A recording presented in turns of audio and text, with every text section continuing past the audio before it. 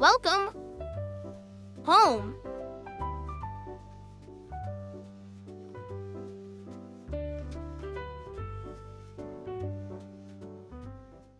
I got a dollar tip from someone. Listen to this. They said, would you consider a new Ultimate Steakhouse Whopper Burger King just released today for your next DSP tries it? It is a fan-created burger. It's getting a ton of hype. I tried it just now for lunch and I personally enjoyed it. So it's called what? The Steakhouse Whopper.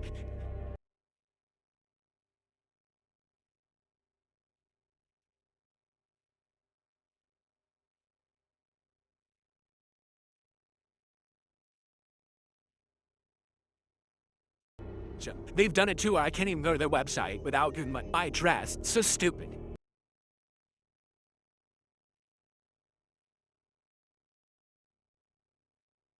It says Whopper by you. That's what it's called, Whopper by you. So here it is. Ultimate Steakhouse Whopper. It's just a Whopper with bacon, it looks like Swiss, mushrooms, and onion rings. Is that really it? So it's, oh, come on. Yeah, look, Swiss, Whopper patty, bacon, mushrooms, and a peppercorn aioli. I mean, it's ingredients they already had. Besides the peppercorn aioli, they've had all that other stuff already. I mean, if you really want me to do that for the next DSP tries it, I'll do it. Here, here's the preview. Oh, it tastes like a Whopper with onion rings on it. Okay, the peppercorn aioli is interesting. Either it's good or bad. That's it. There's nothing to say. Like, this is the problem with these places. They're not trying anymore. Like, that's not a new item by any means. That's a Whopper with the onion rings on it and other things they already have on the same fucking sandwich with a new sauce. They don't actually invent new items anymore. And that's the problem. Like, I know exactly what I'm going to say. It's not interesting to me because there's nothing actually new on that sandwich. If they actually try and put effort in, then it will be more interesting. But they don't, you know, like Taco Bell, Burger King, Wendy's, they're all doing this. They just take existing things they have and smash them together. It's new. No, it's not. I could have literally ordered that right now if I wanted to. Anyway, I'm not shooting it completely down. I'm just saying it's not a very exciting offering to me, especially because also there's nothing else to try. Like, if I were to order that, what else would I get with it? You're not gonna get onion rings. There's onion rings on the damn thing. You know what I mean? Like Burger King is so boring now. They really haven't tried in years. And the thing is, that used to do Burger King all the time for DSP Tries It, because they actually used to put effort in. They would actually have new products. They just don't anymore. So, you guys let me know. And we'll see. But the earliest that would be is next week, or maybe early next week. Because like I said, this week we weren't doing one. We were purposely skipping it because I'd done so many last year. I wanted to give it a little bit of a break. Maybe early next week, let's talk about it. Maybe over the next few days. Okay? How am I today? I'm doing good. I got a little bit of the stupid sinus problem today, which sucks. I'm going to have to be doing this. Where I push the button, I drop the audio. It's bothering me today. I got the stupid drip. I hate it. But I get it seasonally, and I get it with different kinds of conditions. I think the heat was on all night. So I woke up this morning and I was like, oh, sucks. But what can you do? Jade, I appreciate your enthusiasm, but I'm not going to spoil anything on the list. You guys already know some of the things that are going to be on this list. If you saw the thumbnail of the stream gave away a few of the entries in this list, but certainly not all of them. But I'm not going to spoil. Ha ha ha. Okay. Oh, by the way, so while we start this countdown up, FYI, there will be interaction, you know, if there's contributions or whatever, I am going to shout them out during the countdown. I will be, you know, talking with you guys back and forth about what you think about the countdown as it happens. You know, it's not just about me doing the countdown and ignoring all of you. It is an interactive stream, okay? Just so you know. So we can treat it like that. Yes, we've all heard GTA 6 may be delayed again, but it's all nonsense. It's all the same. Here's what's going on with gaming news today. They like to report the obvious and act like it's breaking news. Like just last week, there was this article on every gaming website and all game journalists.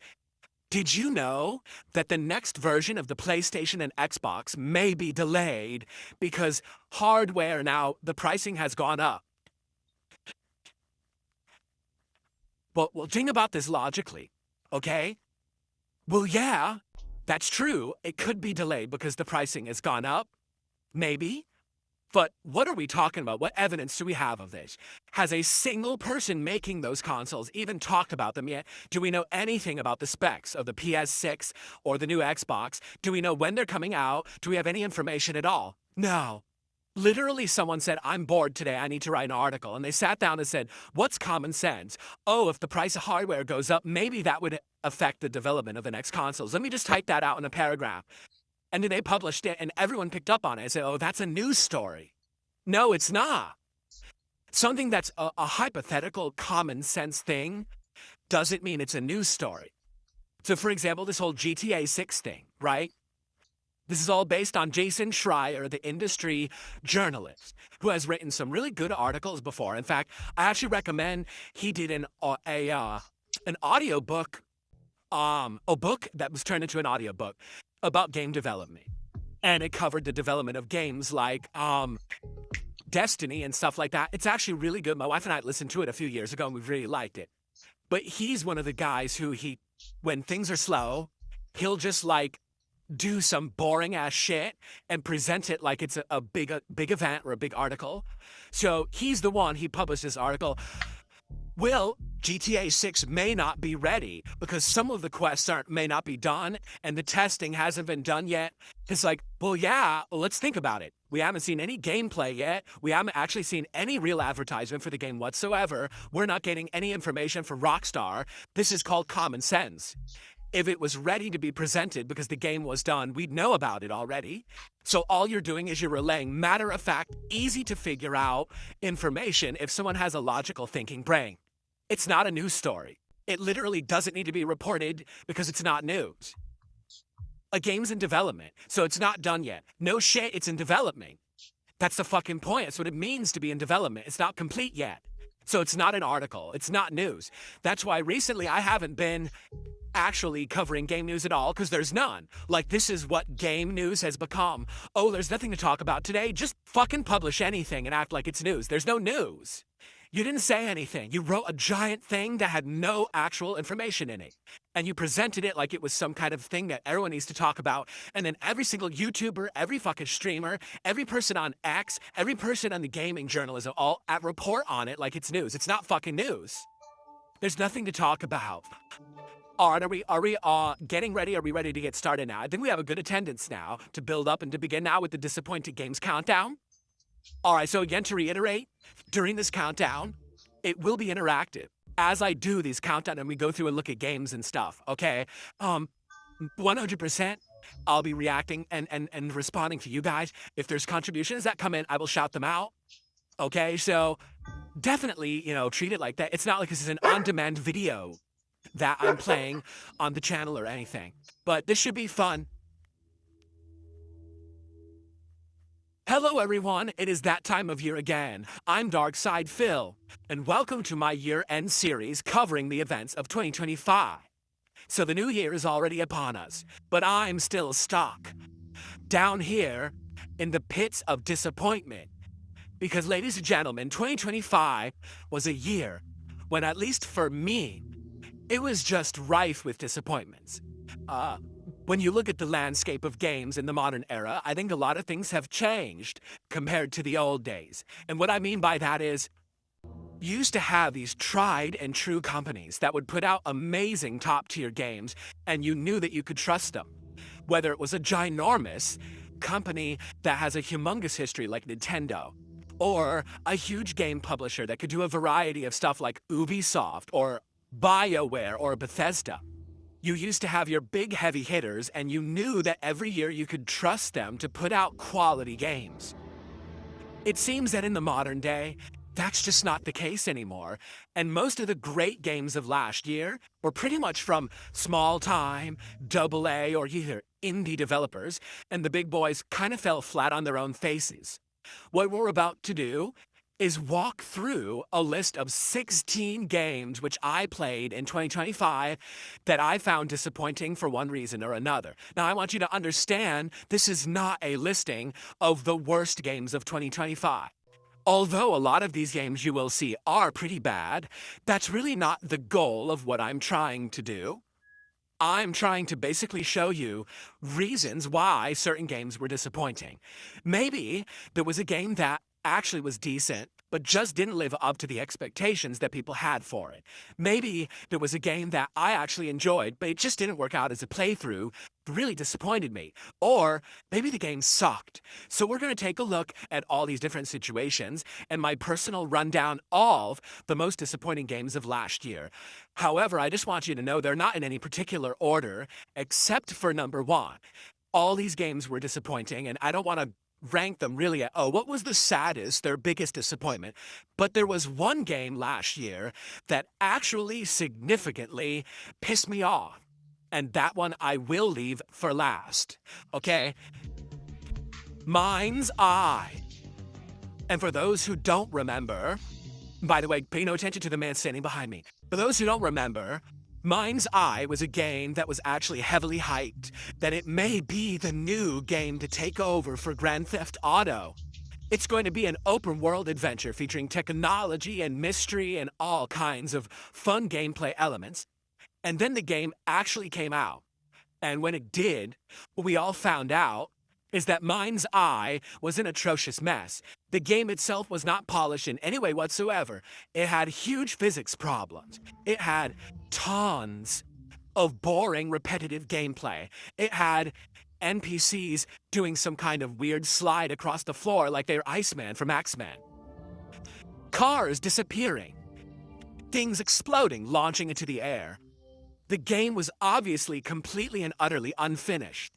It made no sense that they even released it. And by the way, this is a full retail release game. This one was sold for like $60, $70 plus tax. This is not, oh, this is an indie game that was sold for a discounted rate. I mean, take a look at the physics here. This clobbering a giant truck and the thing flies like it's made of paper mache, and then it disappears from the game world entirely. And this game was rife with these problems. But not only was that one bad for those reasons, the game itself was just a pathetic mess. Like, there was nothing really interesting about it. The writing itself was bad, the plot was very generic and not interesting, and, probably to make matters even worse, a game that is supposed to kind of be like GTA, but basically this game didn't have anything going on in the world at all. Like, what's one of the things that you would say about Grand Theft Auto is very interesting? Well, the world, it's vibrant, it's alive, it feels like there's stuff going on at any moment. That makes you look at that. That makes you interested, right? There's all side quests, there's gang activity that can happen. In this game, as you drive around, there's literally nothing happening in the game at all at any time. Like, the world is so boring. People fusing in the cars like that. There's just nothing actually happening. It's just a very empty, broken, unfinished game with a world that's not engaging at all.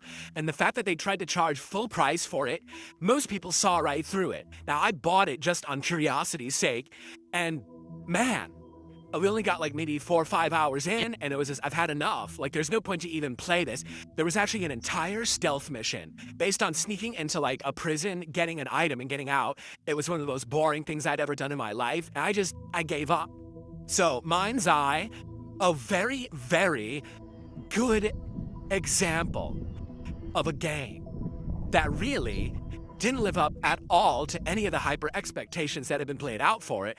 If anything, what this proves is that just because someone who worked on a game actually worked at its game studio that was prominent, does not mean in any way, shape, or form that the game is going to be good. Yeah, they had the idea of what an open world sandbox game should be, but it doesn't mean that the one that they make is going to be a good one. And yeah, it was a huge, huge waste of money and a ripoff. So then wherein lies the problem? Well, the problem with Avowed is that there's a story. And every time that you try to delve into the story of Avowed, you'll find out that basically this studio probably doesn't employ the people who wrote Fallout New Vegas anymore. In fact, they probably don't employ anyone who knows how to write. Because the story of Avowed is one of the most boring, uninteresting, confusing, and just not special things that I've ever seen in an overworld RPG. Every time that there's dialogue, every time that there's a development in the story, it's like, what is going on? There's this ethereal voice talking to you, and make a choice. Does the choice even matter? Doesn't really matter. And then you got to do a lot of menial tasks in order to advance to the next part of the story. And so The sad part about this game is that it's not a bad game. Like I said, not every game that I'm going to have in this countdown is a terrible game. The world design itself is actually quite good. There's some good things about Avowed by playing I enjoyed, but the story itself is so dang boring that you don't really want to go back to it when you're forced to do it. And that's the thing about any open world RPG, right? You got to do the story at some point. You can't just ignore and put off the story endlessly. You got to get back to it. And every time you do, you're like, oh my God, I wish I could just explore the world some more. So after about maybe 12, 13 hours of the game, I was like, I just don't want to play this. I'm bored. The story is not good. And I wish that basically they employed better writers, but they don't. So sadly, that's the story of Avowed. It's just a game that doesn't live up to the hyper expectations of anything that Obsidian has ever put out. It's boring to play once you have to get into any kind of dialogue or story. It's just completely uninspired.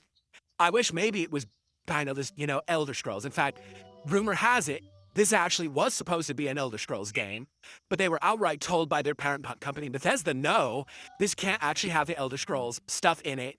We're not going to give you the IP. So they just turned it into its own thing. And that's basically why it sucked. Now, if you like exploration and side questing, I actually recommend it. But I'm just going to warn you, whenever you get to the story, you're going to be terribly bored. I was, and pretty much everyone who played this game was. That's the major problem with the game. The problem is, this game is a huge bait and switch. While it sounds on the surface like it's really good, in reality, it's all just fake. It's just girls who kind of are angsty, and there's entire scenes based around these girls basically doing things. You'd be like, these are teenage girls. Why would they be acting like this? Why would they be doing these risky things? You know what I'm saying? And the writing itself is incredibly cringy. It's written, again, it sounds like the people who wrote the game are trying to either relive a youth that they never lived, meaning they wish this is how their youth was, but it really wasn't. Or they just read a whole bunch of like teen books, novels, and they try to regurgitate it into game form. What I'm trying to say is the writing's atrocious. Like, none of the characters are very likable. They're doing risky things teenage girls should never do. And then they're lauded as heroes in the stories, but they're not. They're actually doing horrible things. If I wouldn't want my teenage daughter watching this game and be like, oh, I want to do that stuff. No, you wouldn't. It's actually very bad. It's not good role model content. It's really bad stuff. But that's how they present it in the game, which is ridiculous, okay? But to make matters even worse, at the very end, and I don't want to spoil the game for anyone who decides to actually play it, but basically at the very end of the first episode, because there are 2 episodes in this game, there is the most lame, over-the-top, just awful writing. All I'm going to say is, one of the girls ends up having a condition, and they throw it at you at the last minute, and you're like, what? Why is this part of the game? This is awful that they thought that this should be a spin or a twist. It's just not well written at all. It's actually quite embarrassing, in my opinion. It feels like I said, the writers of the game are probably adults who wish that this was their youth and it wasn't, and they were trying to relive their angsty adventures. It's just bad. And this is a game that was so bad. I never played episode 2. I barely stomached episode 1. I could barely get through it. And then when episode 2 released, I was like, I'm not playing this. I can't stand it. It's so poorly made and so poorly written. I cannot stomach another 10 hours of this garbage slop that really shouldn't exist. That's probably the best way to explain it. There are some games that are made for entertainment, and there's some games that are made and they tell an interesting story. This is a game that does neither, and is just so badly made that I don't think that it should exist. Probably gaming would have been better if it was never made. But of course, you're going to have people who are going to be like, oh, well, don't you know that this is important because it's a game for teen girls? No, it's not. Like I said, the girls in this game are not role models at all. They actually make horrible decisions. They take risks they shouldn't take. I wouldn't want anyone, playing this game and thinking this is how teens should act. It's actually the opposite. This is like an instruction manual of what not to do. So, yeah, the game sucks. I couldn't even play the second half because I couldn't stomach it. And if you even give it a look, I'm just going to warn you, you're going to feel like you wasted a whole lot of your time. All right. Whoops. It's Assassin's Creed Shadows. So, Assassin's Creed Shadows, right from the get-go, already had massive controversy around it because it stars a female ninja, out of which there were probably one ever in history, if ever there was one, and it stars a African samurai. That's correct. Someone of darker skin who is apparently a samurai. And immediately people called this out before it even came out and said, if you're going to finally have an Assassin's Creed set in Japan, why do you have two protagonists that aren't even stereotypical people from Japan? Like, they're the outliers, they're the exception to the rule. We've been waiting so long for Assassin's Creed to be in Japan. Why not actually have a game that's representative of what would happen in Japan? So, right from the get-go, there was a huge misstep when they made the game. All you do is sneak around and murder people, grab resources, and take over bases. That's the game. All right? Assassin's Creed used to be, hey, you're an assassin, sneak into town, be very stealthy, go in like a shadow, and kill someone and get out undetected. Bonus points if you're undetected and if you don't actually kill anyone along the way besides your target, right? Now, the game is literally infiltrate a base, become a one-man army, murder as many people as possible, in fact, get rewarded for the more murders you commit, and loot and get out. How is that Assassin's Creed? Like, it's not at all. In any way, is that anything to do with Assassin's Creed?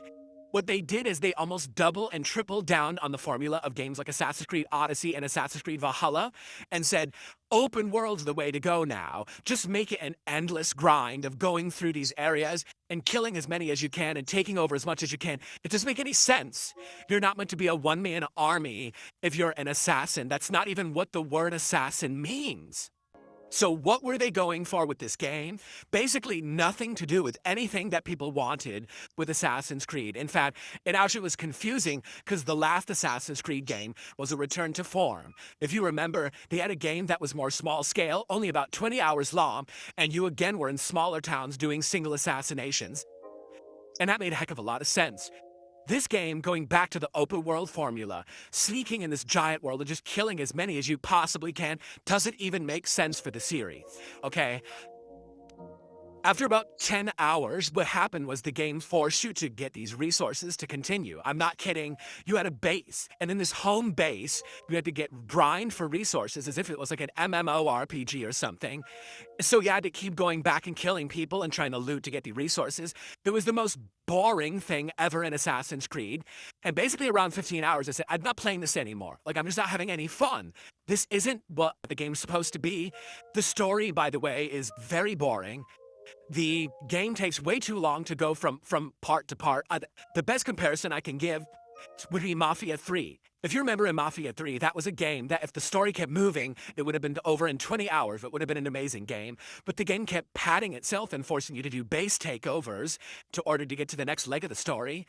That's literally what they did with this game 10 years later. It's a game where if you just didn't have to do the grinding, it would probably be fun.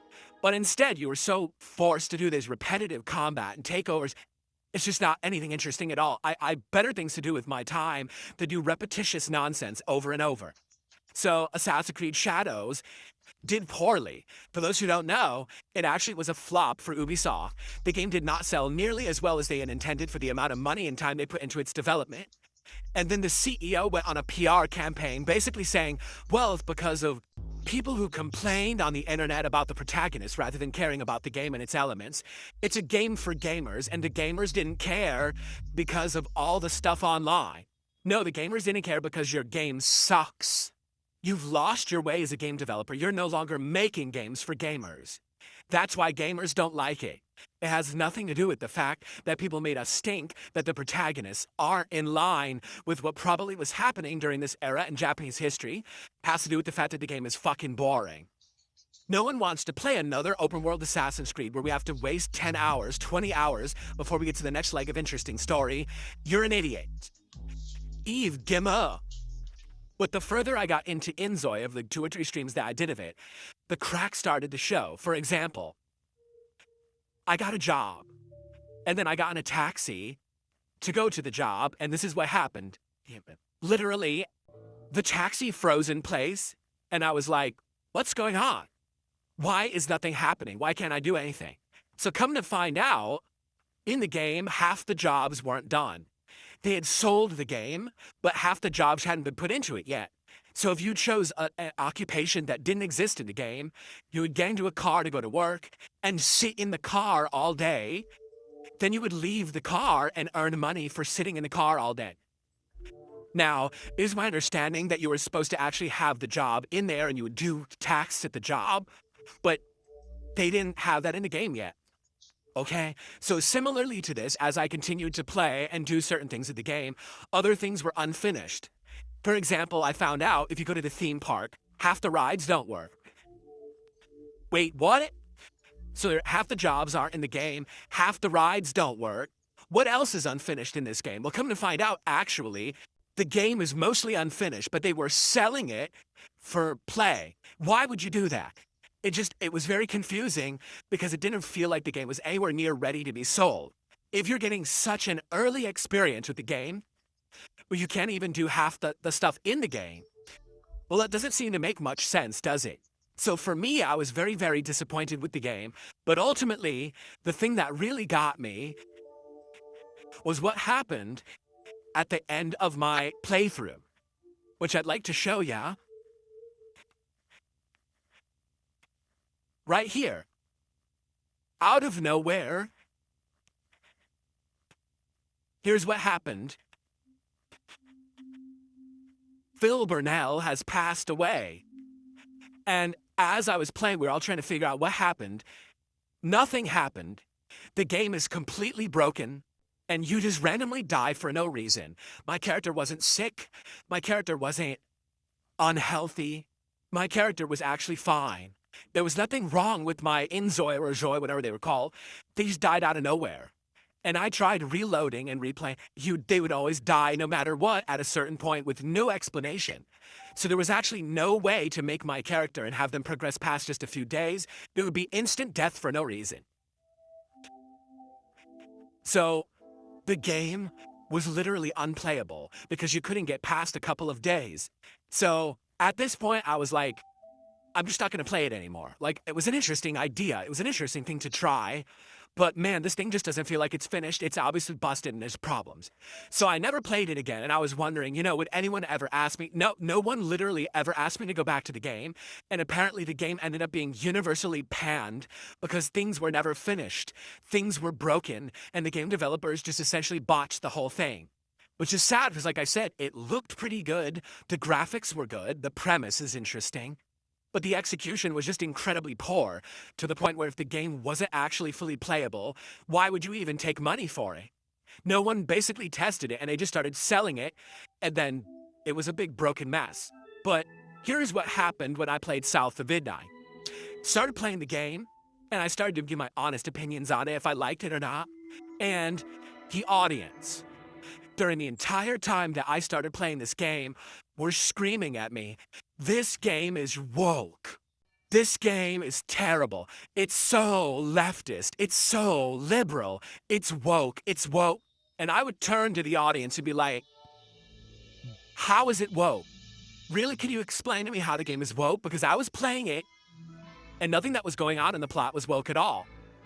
If you think that any game that has an African-American person as the protagonist is woke, you're racist. I'm sorry, you just are.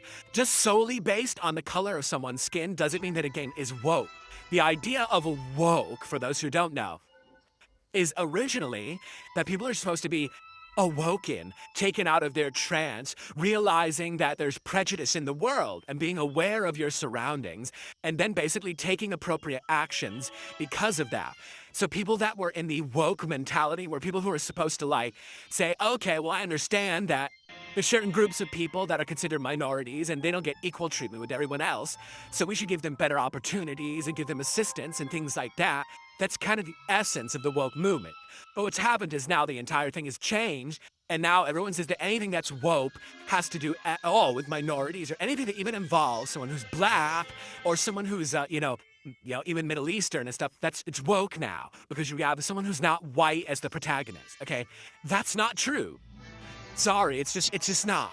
Okay, so here I am. I'm playing this game, and I'm enjoying the gameplay mechanics. I'm enjoying the soundtrack. I'm enjoying these things, right? And Every time that I keep looking at the chat, it's just, this game's woke, we don't like it, why are you playing it? And it actually drove me nuts. Like, I'm just trying to enjoy a game on its own merit. Now, very much, maybe the game did actually have woke elements in it, but I certainly didn't even get to them.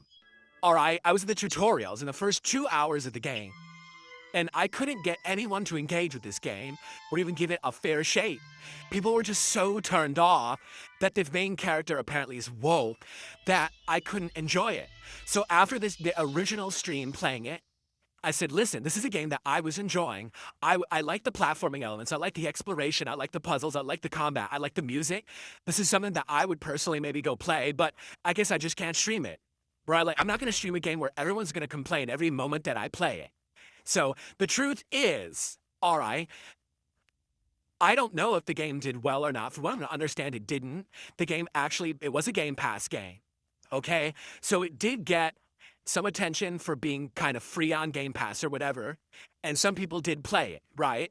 But it didn't really get most notoriety or whatever. And what's funny is it won the award at the Game Awards for, what was it called? Is it Games for Change or Games for Purpose? What was it? It was basically some kind of a game, one of these awards. And I was like, well, why did it win that award? And I was confused. And people were like, well, they won the award because the protagonist is African American. I said, huh? So again, for the equal reasons that I don't understand why people hated on the game, because the protagonist was African American. I don't understand why the game also won an award because the protagonist is African American. You know what I'm saying? Like, it goes both ways. You shouldn't hate on the game because of that, but you also shouldn't be awarding the game solely on that premise. Was the game good? At this point, I don't even know. I'm so confused. I don't even know. My mind is addled, and I'm like, I don't know. I honestly wish I did play it more, but I'm a streamer who streams things for an audience. I have to play things the audience will show up for and like, and the audience obviously didn't like this. So I was like, well, I guess this is one, I'll take the L, and I guess I'm just not going to play it. But hey, I would say again, if you like games from the PS2 era, and you wanted to play something that was a modern version of that, I feel like it plays like that. I don't know about the story or anything later about it, but I actually was enjoying the game. I was disappointed that my audience basically said, no, we refuse to watch you play this, and I had to basically go on from it and never go back to it. Personally, I liked it a lot. We were looking at this point for a new relaxing game for my rotation, and I thought, I've dressed up for it. I brought my fisherman's hat again for the first time in like years to try to brush some hype for it. Just didn't work. People were saying that they were more bored than entertained, even though there was an opportunity for people to hang out with me and talk and interact. Most people said, this is super boring. We're not enjoying this. We just want you to do something else. So after one stream, that was it. But this is a game I just want to let you know, it's very cheap. It's only a few bucks. I feel like if you're looking for a relaxation style game, this is it. There may be streamers who can make this work with their audience. Sadly, I wasn't one. I'd played fishing games previous. That's why I thought maybe it would have worked.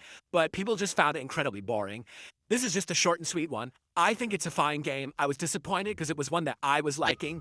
It didn't work with the audience, so I had to move on. But there's a problem. All right, and the problem is very simple. That's the whole game. Everything that I just described, destroying things in order to find hidden items, and doing a few transformations is the entirety of Donkey Kong Bonanza. Are there some boss fights? Yes, but they're an afterthought, and a lot of them are kind of buggy and wonky because the Switch 2 can't handle the graphics very well. So during certain boss fights, the frame rate dips and the boss fights become chores because of that. But outside of that, every world in Donkey Kong Bonanza is almost exactly the same. You go into an area, you look around for hidden bananas, use your sonar to find items in the walls, you destroy everything around you to get the items, wash, rinse, and repeat. Now, there are some challenge stages where you're going to be challenged with platforming and stuff like that. The thing is, those challenges are not even representative of the core game. You can skip them all and still turbo through the game, and there's no problem. In fact, I would go as far to say that Donkey Kong Bonanza is insanely easy. It is one of the easier games that you'll probably ever play in the modern day. The game itself lasts about 20 to 30 hours. Okay? The first hour is incredibly good. Then when you realize the second or third or fourth world, it's all the same, they're like, oh, well, the substances we're punching are different. It's lava, it's ice, it's sticky goo, it's poison, but you're still just breaking it all just to find items in the walls.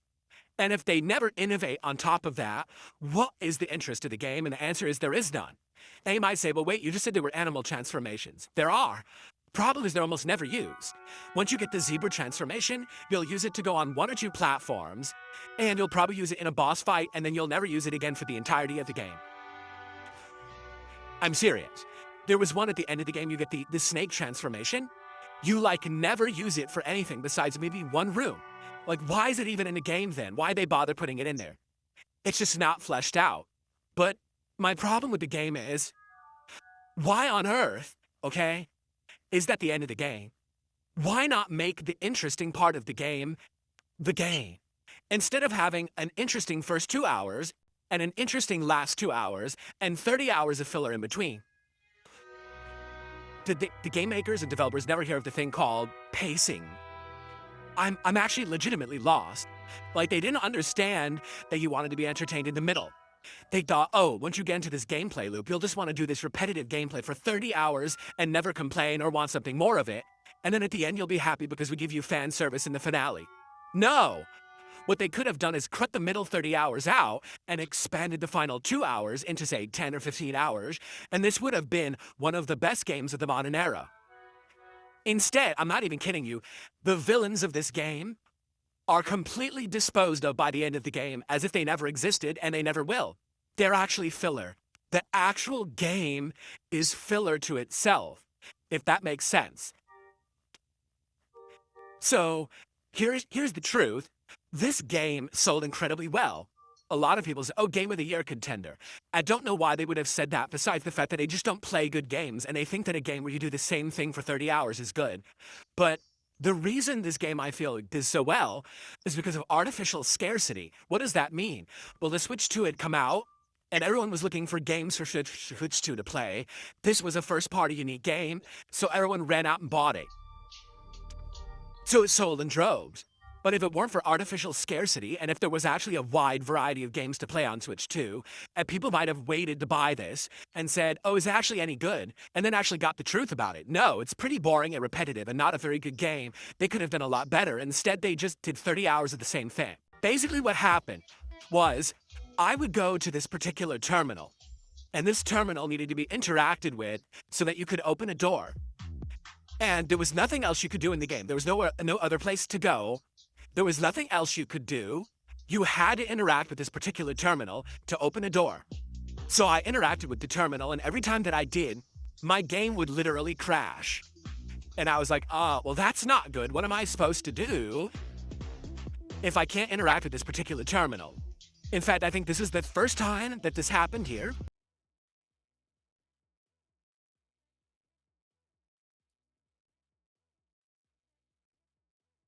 Maybe not. I don't know, it's weird, because this is definitely the part. You could say this is a boogie mess on PC. Game over. But I can't seem to pinpoint the time when it happened. Oh wait, here it is. So it says, here's the gates. The gates don't have power, right? So you have to interact with this particular terminal. And when you do it, when you override, and this is a game mechanic that you used a million times in the original game before the standalone DLC was sold, the game would close. And this happened, I think, 2 to 3 times, and there was no way to fix it. So I was like, oh, that's great. So basically, I'm hard locked. And this was a case where, sadly, the game was all right, and it was meant to be like a filler playthrough. But I wasn't going to go back weeks later after they patched it to try to actually play it again. No one really cared. It was supposed to be like a thing that we were just going to do quickly and have fun filling in, empty times between streams. It just sucked. And the worst part about all this, I actually heard on console, this game had no problems. That on console, it played fine. It was only the PC version that actually had this horrible problem and made it unplayable. So I never was able to continue with the game. I still haven't played it again to this day. RoboCop, Rogue City Unfinished Business. You know what? That's the best name you could give the game. Unfinished business, because it was literally not able to be finished because the game would crash because of this horrible game bug. Pretty sad, huh?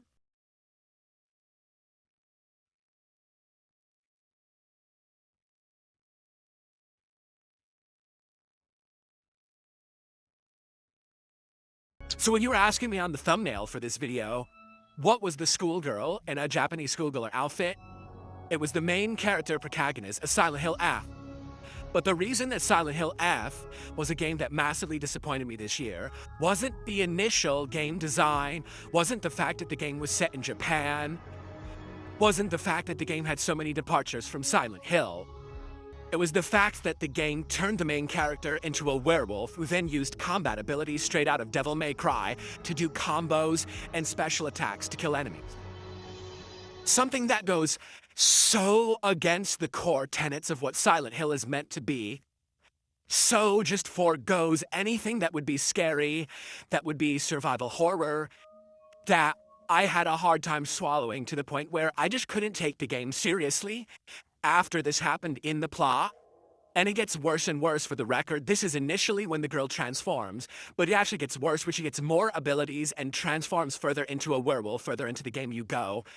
It's terrible. It's horrible. It's completely off base for what Silent Hill's meant to be. It takes all of the survival horror element out of the game whatsoever, and by the end of the game, all you can do is shake your head like this and say, I can't imagine what they were thinking besides, we want to make Silent Hill a different kind of game to make more money. Because Silent Hill is an incredibly popular and prominent survival horror franchise. But when you turn yourself into a superhuman monster that beats the living crap out of enemies with your pimp hand, it's not scary anymore. In fact, I would argue once she transforms, there's literally nothing scary for the end of the game. Or the rest of the game. Like, how could you be scared? The entire first maybe half of the game isn't that bad. When you're going through the town, it's all being infected by the monsters. You're trying to figure out, what is this wave of red, like plants and things that's taking everything over? It is scary. But then once you get to this point, it's like, I just can't take it seriously anymore. In any way, shape, or form, the game is awful. And I just don't understand why people even defended it. There's actually people who are like, oh no, how dare you not like this game? You have a right. I played all the others. This is not Silent Hill. This is exactly what happened to Assassin's Creed. Everyone liked Assassin's Creed because it was a game about assassinations and stealth. Then they turned it into an open-world, mashing button combat game, and everyone says it sucks. Yeah, it sold, maybe, because people were looking for an open-world RPG, but that doesn't make it good. It just makes it a moneymaker. In this case, Silent Hill was supposed to be a game that was slow-paced, where you have no resources, where enemies can kill you at a moment's notice. It's creepy as hell. You don't know what's around the next corner. It's about survival. It's about inventory management. It's about health being a big problem. In this game, they literally turned it into a button-mashing action game. Why? There's also other problems with the game as well. For example, the puzzles are actually quite cryptic. There's one or two puzzles that, unless you're like a fan of Japanese lore or stuff you wouldn't even know, there's one puzzle you actually need to know exactly what a cherry blossom tree or sakura tree looks like. And if you've never seen one before, you can't solve the puzzle. I'm not kidding. Like, you actually need to look it up online or whatever to actually solve the puzzle. I don't know what they were going for there, because not everyone lives in Japan and has seen a cherry blossom tree. But that's just one example. The main gripe I have with the game is that you turn into a werewolf and you pimp slap the shit out of enemies, and it's not scary at all because of that. It's insanely lame. Fair enough. I think I've made my point on that one. There's two reasons why I was very disappointed with Hades 2 in 2025. Reason number one, Hades 2 had an early release in 2024. The game was not yet completed. I was a person who purchased that game early and played the early access. I was having a ton of fun with it, but after streaming it 2 or 3 times, I was told by my audience, hey Phil, hold off. Stop playing Hades 2, because that game's not done.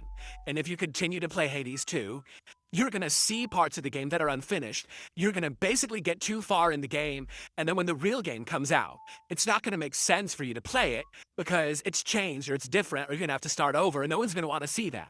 So I was urged by my audience to stop playing Hades 2 in 2024 when it was in early access.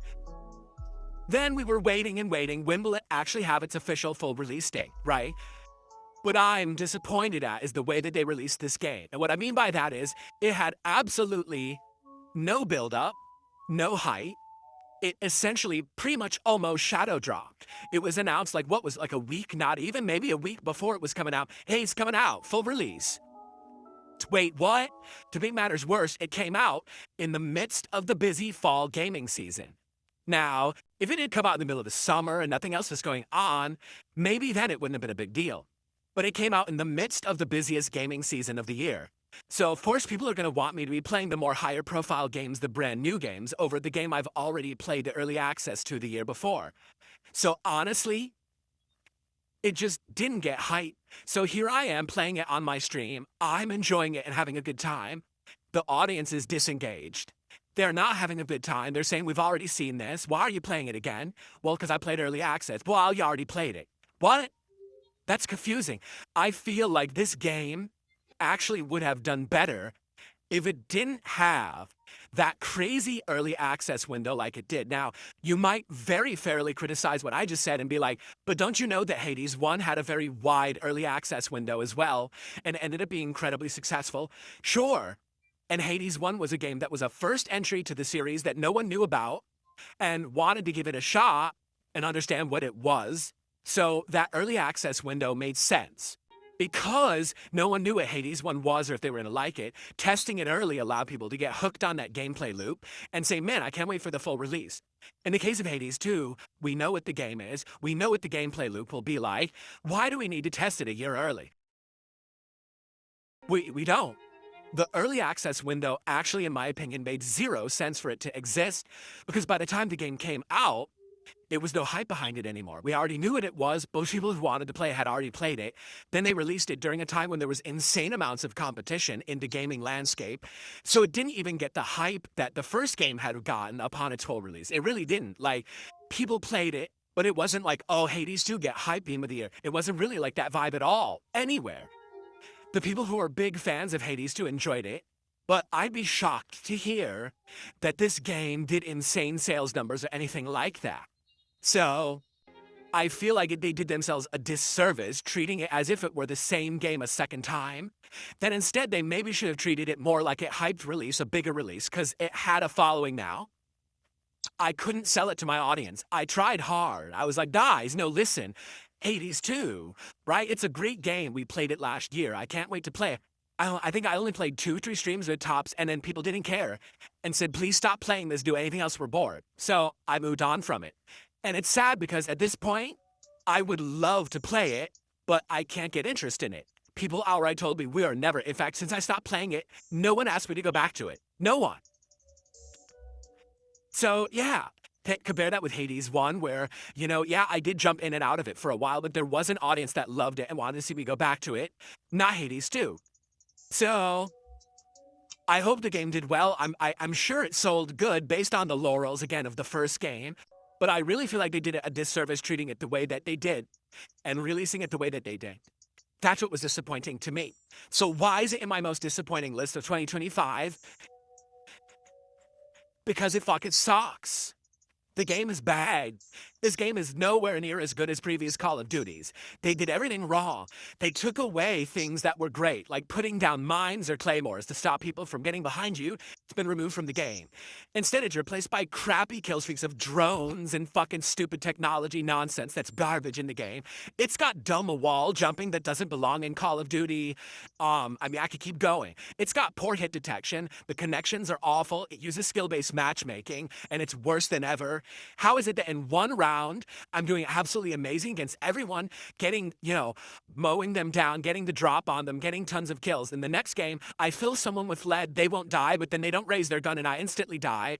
I could just go on and on about the problems with this game and franchise, but Black Ops 7 is now the new example of how Activision / Treyarch / whoever is responsible for Call of Duty just doesn't care anymore. This game did not try to innovate, did not try to advance the formula. It just plays by paint by numbers, essentially.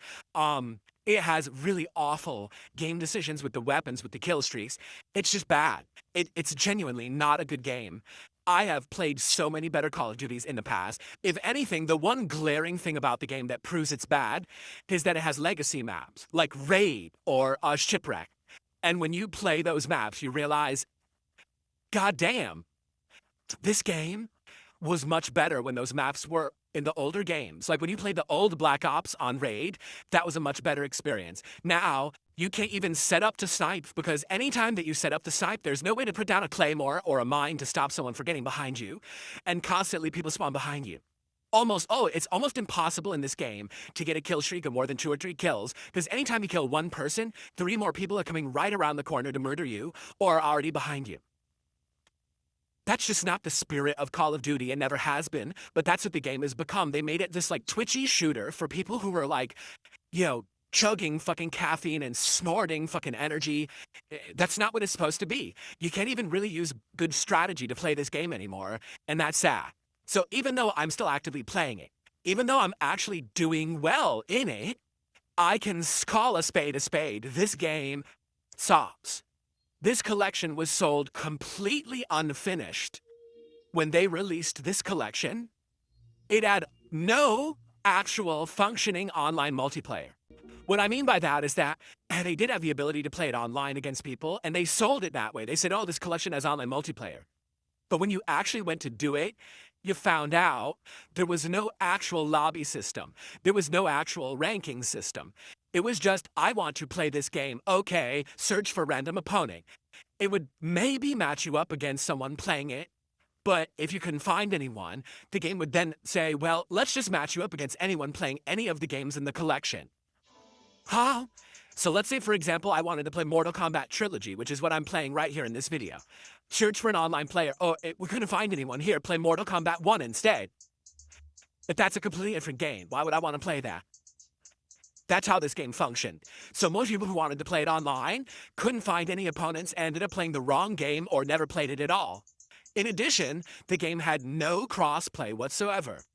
So think about it. This game was sold on every console, right? Xbox, PlayStation, PC. I think it's even on the Switch too. So if that's the case, you have basically separated your player base into 4 platforms, makes it even harder to find people to play because people might be playing on a different platform than the one you're playing on. So just the design of the game makes no sense. It's supposed to be a competitive, head-to-head fighter. You need online play. The game didn't have actual good functioning online play or any of the features that you would want in a game that has online play. So why say it had it and sell it like that? They actually outright lied and said it was going to have those features, and then it didn't. When the game released, everyone complained. And the game developer said, well, if it sells enough, we'll add more features. People are like, wait, what? No. You said those features are going to be in it. You have to give them now. So the game developer kind of reluctantly said, all right, we'll do it. And they waited a few weeks, and then they did like a patch, and then they waited another few weeks. And it was almost 2 months after the fact, in mid-December, they finally put in online lobbies. By then, everyone moved on. No one cared. So now this game is dead. If you try to find people in it, you can't find anyone. This is a collection that just started getting sold in October, and it's already dead. So unless you want to play people offline, do not buy Mortal Kombat Legacy Collection. The game is an insane ripoff because they didn't put the effort in to make it a functioning game at launch, and it died within a month. This is just so sad that this keeps happening. With these collections, they always release them and they're half-featured and they're basically not cross-platform. And it doesn't make any sense whatsoever. It's very confusing because it's happened with Street Fighter and now it's happening with Mortal Kombat. I mean, why did they not put effort in? If they actually wanted to preserve their games for posterity, do you think they would try to have the basic features that would make people want to play these games after a week? But it's like the millionth time this hasn't happened, and it drives me absolutely nuts. As someone who grew up playing fighting games in arcades in the 1990s, the fact that we just can't get a good collection of any of these games is incredibly disheartening. Like, I guess no one's going to be able to experience these games like I ever did because the game developers just don't care enough. But what's the problem with The Outer Worlds 2? Problem number 1 is that it's The Outer Worlds 1 Part 2. It's not really The Outer Worlds 2. Meaning, it's almost exactly the same game. If you play this game, you're basically playing Outer Worlds 1 again, just with the tweaked plot. It feels exactly the same. I played it for, I think 2 streams, and both times I played it, I was like, I don't even feel like this is a new game. It really feels like it's the same game a second time. Same vibes, same kind of, stuff. The plot's different, and in fact, The plot's worse, which leads me to my second point. Just like in Avowed, if the plot of the game isn't good, then you're not going to get hooked on an open world RPG. The plot of this game is the two corporations that were in constant struggle in the first Outer Worlds have merged into one and there's no more struggle. Now they're just the evil villain trying to take over and control everything in the galaxy. Oh, so the originality and the interest part of the plot, like, do you side with one corporation? Do you side with the other corporation? Do you side with no corporations? That whole thing's been removed. Now it's just corporations are bad. That's just the whole plot of the game. So immediately you took out the cool premise of the first game, and now it's just very cliche, very boring, but the gameplay elements are almost identical. And it just ends up being a complete waste of your time. Again, after 2 streams, I was incredibly bored. I just wasn't enjoying myself whatsoever playing it, to the point where I was like, I don't see a reason to continue. The audience is bored, I'm bored. Much like with Avowed, if the story isn't hooking you, why do you want to play an open world RPG? The answer is you don't. So what I think the point I'm making here is with Obsidian, this year what they showed is that they're very good with making open world exploration. They're very good with kind of world design and those kind of open world exploration gameplay element, but that's all they're good at. They just can't write a story to save their life. They don't employ people who are good writers who have any ideas that are interesting. So because of that, you're going to be bored if you play a game like Outer Worlds 2 or a game like Avowed or whatever Obsidian's cooking next. You're probably going to be bored with it unless all you care about is wandering around the world and exploring. So if that's what you're in for, if that's what you get Game Pass and play these games, but I can't recommend them for anyone who's trying to get into the story or make a riveting experience for a stream audience. It just doesn't exist. The games are boring as dirt and Obsidian has lost their way. You know, compare that to the days of Fallout New Vegas where I had one of the most interesting stories I've ever experienced in a video game. This ain't it anymore. Those people probably moved on from the company quite a long time ago, and the people left behind are the B team, the C team, the D team, and it ain't worth your time if you're a fan of good narrative. It was just so weird because when you start booting up Metroid Prime 1 and you land on that world, right? Immediately you're greeted with something very Metroid-like. You're in an unknown place. You don't know what's going on. You're there isolated, so you get that feeling of loneliness, and you're there by yourself and you have to survive and all the odds are against you. You're immediately presented with like otherworldly creatures that are trying to kill you. You go one way and it looks like a lava cave. You go another way and it looks like a jungle. You go another way and it looks like a technological room, but it's blocked. You can't go there yet. Very Metroid-esque, right? None of that is present in Metroid Prime 4. It's as if the people who got this game were given all the assets to Metroid, but had never actually played Metroid to know what makes it interesting. So the game doesn't feel like Metroid, doesn't really play like Metroid. It's incredibly repetitive and boring. The first major boss fight has you fighting a guy in a suit. And you're like, oh, is this like an evil Samus or something? The guy literally puts out his arms and starts spinning like a top, comedically like you're playing Mega Man, and the only way to stop him is to go into ball mode and drop your little grenades. It's laughably bad. Like, what the hell? This is the boss. This is actually like a major fight in the game. Here it is. This is the first major boss fight of the game. What the fuck is this? This is Metroid now, apparently. And I play Metroid Prime 1. Not once did I ever see something this stupid in my life. Okay? So after playing it for about 4 hours, I literally said to my audience, guys, you having any fun? I'm not. And the thing is, I was waiting for this game. It was a Switch 2 exclusive, right? We wanted something fresh and new for the Switch 2, because after Mario Kart World and Donkey Kong Bonanza, there really was nothing else going on but Pokemon. And I said, hey, excuse me, let's check it out. Sounds great. I can't wait. We've been waiting how many years for Metroid Prime to come back. And the game comes out and it's just laughably bad. Like, what happened here? And the weird part about this, too, is that I thought for sure this game would have got a lot of praise, would have got a lot of hype. No! When the game came out, people talked about it for about a day. I haven't seen anyone mention it again. I think everyone kind of knows the game is bad, but doesn't really want to talk about it because we're all so sad that this is what has become of Metroid, that we don't want to believe that this might be the future for the series, right? Like, we want to think that maybe there's something better coming and this was just a bad situation or something. Ladies and gentlemen, it's been a fun 90 minutes, but it's time to wrap this up. I knew this was going to take a long time because I had so many games in the countdown. Are you ready? Ladies and gentlemen, for me, the most disappointing game of 2025. To no surprise to anyone, I don't think. I don't think anyone was going to be like, oh, I can't believe that this is his most disappointing game. The game that's most disappointing for me was Mario Kart World. And I say, all right, why? Phil, spill the beans. What's so bad about Mario Kart World? Is it the visuals? No, the visuals are great. I think it's actually the best looking game I played on Switch 2 all year, honestly. Is it the controls? No. I think the controls are great. Very responsive game. I actually played it just on the Joy-Cons. And I think that the game actually played very well. And I actually had a good time. Gosh, now I'm having problems with the controls. As soon as I say that in the video, because I have problems with the controls. Let's fast forward, okay? So, what actually is the problem, in my opinion, with Mario Kart World? All right? There's two problems with Mario Kart World. One has to do with offline play, and one has to do with online play. Let's start with the offline play, okay? Mario Kart World is the most expensive Mario Kart game ever, being sold at, I think it's $79.99 if I'm correct. It might be $69, but isn't it $79.99? And Nintendo justified this incredibly inflated price tag, stating, oh, it's totally worth that. 100%. Why? Because it has an open world now. Mario Kart World was just that, an open world. That's why we're calling it that. And in this open world, you're going to have all this content. You're going to have these challenges to do. You're going to have interactions with characters. There's going to be collectibles and fun things to do. It's a hub that you're going to drive around and you're going to see other players in. So it's totally going to be worth your time.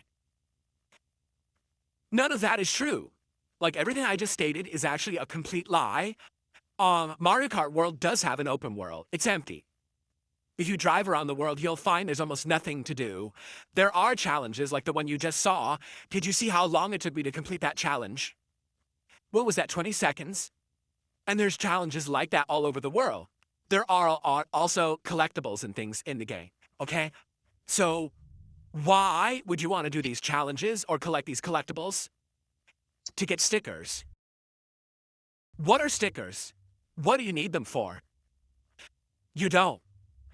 They have no purpose whatsoever. They don't do anything. They don't grant you abilities. They don't unlock content, like they don't unlock characters. They don't unlock vehicles at all. Literally, the stickers are just for show to put on your cart. They don't do anything, supposedly. Like, they have no purpose in the game. So then why do you need to ever do the open world? You don't. Huh? Yeah, I'm serious. As you go around the open world, you start to realize there's literally no reason for you to ever play it. It serves no purpose. It's devoid of any kind of meaning. And it was put in there to just say, hey, guess what? It's there. Yeah, that's fine, but it's called quality over quantity. I understand that there is an open world, a Mario Kart world, but you didn't give us a reason to do it. There's no story. There's no unlocks. Like, for example, if you played through the open world and every 10 challenges you unlocked a new character or a new cart or a new customization, then it would be worth it. That doesn't exist. There's no reason to ever boot this up. So I just don't understand what Nintendo was going for besides a bait and switch effort. Basically what they did is they promised everyone, hey, you're gonna really get value out of the money you pay for this game because there's an open world now. Most people never use this open world for anything. It's a waste. They just, between matches, they just sit still. They don't even drive around. There's no point. So then why does it exist? No reason besides to make more money for Nintendo and charge you more money. It's that simple. It's the only reason that the open world is in the game. Okay? Now, what about the other reason that I don't like the game? The online play. Well, I'm not even going to show you the online play because there's no point. That's the majority of what I play. But in a nutshell, Mario Kart World is, in my opinion, the worst Mario Kart game ever made when it comes to competitive play. Because the game isn't based on driving skill, it isn't based on track knowledge, it isn't based on anything that would be based off of like time investment. It's based on abusing items. The entirety of this game is based on getting a good item, banking it, and using it at the right time to blow by 10 to 15 opponents and get into the top 5, and then find one more item and blow into first place, and you win. There's so many times I played this game and I was driving very well and I was in top 3, and I was punished for it. Because someone would... It sounds like the music doesn't like the game much either. The music really hates Mario Kart World. Holy shit. The music is having like an aneurysm or something. Let's go to the next track. So yeah, the online play essentially is not good for people who want to learn how to play the game or drive well. You get punished for it. If you drive well, people frequently just get an overpowered item and just beat the crap out of you. Even though you're in first, they overtake you. And there's nothing you can do about it. It's rage-inducing, and it basically means you don't ever need to learn how to play Mario Kart World. You could just learn a way to bank and abuse items. And that's how most people have played it. The game lost tons of its player base, and most people have stopped playing it entirely. It's just basically an overglorified party game. While previous Mario Karts actually had reasons to play and get better, this one has none. There's no actual formal ranking system. You earn points for driving. The points award you nothing. Basically, just by playing the game enough, you'll unlock all the content. And that's it. But you don't need to be good. You never actually need to win a race. So, the game is completely worthless. You play it for a few hours, you can beat all of the tracks within, say, 3 hours, and you've seen the entirety of the game. You go to the open world, there's no reason to play it. It's boring and empty and has no meaning. You go to the online play and you realize everyone just cheats with items, and the skill of driving isn't even worth it. So why are you playing Mario Kart World? And the answer is you shouldn't be. It's actually one of the most big rip-off games I've ever seen in the 17 years that I covered gaming on YouTube. I don't think that it should be sold for $20. I don't even think there's $20 of content in this game. Being honest, it's one of the biggest rip-offs Nintendo has ever sold. It was a blatant bait and switch. They lied to the consumer. They should be held accountable for it. Why aren't they being held accountable? Because they're Nintendo.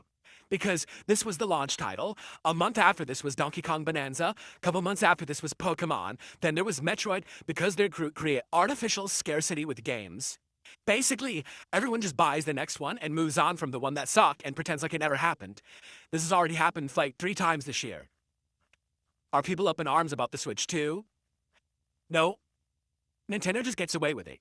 So this year, if you take a look at my most disappointing games countdown, this game literally is the worst, but a ton of these games were Nintendo games. In fact, I would argue that the Switch 2 is one of the most disappointing console launches I've ever seen in my life. Most of the games on there are cross-platform anyway. There's no reason to own the console right now. There literally is no system sellers on Switch 2 that you must own on that console. To be honest, you can play most of the games on Switch 1, and right now, besides Pokemon, I don't know what I'm going to be playing on Switch 2 in the foreseeable future because there's nothing coming out in 2026. Did you actually look at the game release library for this thing? Almost nothing. Nothing of any note. There's no Mario game. There's no Zelda game. There's nothing coming out for this thing. So why did we all buy it? Because we're suckers. You know, we're fanboys. And we think, oh, Nintendo's great and they're going to do us right. They certainly have it in 2025, and 2026 ain't looking much better, at least from the lineup that I've seen. So Mario Kart World, hands down, one of the most disappointing games I've ever played, an insane ripoff, definitely the most disappointing game of 2025. Notably, the reason why it's such a letdown for me, I love Mario Kart, and I was waiting for a new one for the longest time, but remember what they did with Mario Kart 8? They released it, then they re-released it, then they DLC'd the living hell out of it. So you waited so long for a new Mario Kart. And when people ask me, what's the first game you want to see on Switch 2? I said, Mario Kart. Let's get a new Mario Kart because you've been waiting so long. And then we got this turd. A game that I'm never going to play. Ever again, because there's no point. Absolutely sad, absolutely embarrassing for Nintendo, quite frankly. But again, Nintendo endlessly gets away with it for whatever reason. I don't understand why. I just don't get why Nintendo gets infinite chances to mess up and never gets called out for it and never pays for it. People will just run and clamor to buy the next Switch 2 game. If Switch 2 comes out with a new version of the console, people will run and buy it in droves. I just don't understand. I don't get it, but hey, I'm going to be honest with you guys about the games that I play. That game was not good. Ladies and gentlemen, that concludes my most disappointing games countdown for 2025. I hope that you enjoyed it. I would love feedback. Seems like people in the chat were 50-50. Some people like the new format. Some people are like, this format ain't for me. If you watch this on demand, what did you think? Do you agree with my takes? Do you disagree? Let me know in the comments. Please engage with the content. If you like the video, please give it a like. Let me know what you think, because I got some more series coming up in a week or two here, and I'd like to get feedback, okay? So everyone, thank you so much for watching the most disappointing games countdown of 2025. More like this coming. See you soon for more awesome gameplay here on DSP Gaming in 2026. Peace out, everybody.